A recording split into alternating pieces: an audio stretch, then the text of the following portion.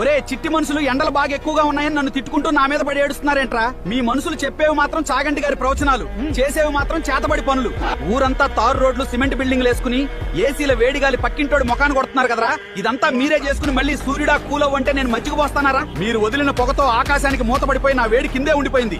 లోపల కుక్కర్లో బంగాళదుంపల్లా మీరే ఉడికిపోతూ కింద మంట పెట్టింది నేనే అన్నట్టు మళ్ళీ నా మీద ఏడుస్తారేంట్రా? అసలు ఎండ మీద పడకుండా కాపాడేది చెట్లు. సెంటర్ లో ఉన్న మర్రి చెట్లు, రోడ్డు పక్కన వేప చెట్లు అన్ని నరికేసి అద్దాల మేడలు కట్టారు. ఊరంతా అద్దాల మేడలు కడితే గుండు గోలీ సోడాల పొగలు కక్కకుండా ఇంకేమవు. మీ అందరికి ఒక మైండ్ దొబ్బే నిజం చెప్పనా? మీరు తెచ్చుకున్న ఈ ఎండలతో ఏసీలు, ఫ్రిడ్జ్ల కంపెనీలు వాళ్ళు 20,000 కోట్లు, ఐస్ క్రీమ్లు, కూల్ డ్రింక్స్ వాళ్ళు 25,000 కోట్లు దండుకుంటున్నారు. ఇలా ఒక్క ఏసీలు, కూల్ డ్రింక్సే కాదు, దేశం మొత్తం మీద అన్ని కలుపుకుంటే ఈ ఒక్క ఎండాకాలంలోనే 1,00,000 కోట్లకు పైగా వ్యాపారం జరుగుతుంది. మీరు తప్పులు చేసి ఏడుస్తున్నారు, వాళ్ళు 1,00,000 కోట్లు నొక్కుతున్నారు. అయినా నాకు ఒకటి అర్థం కాదురా చిట్టి మనుషులు.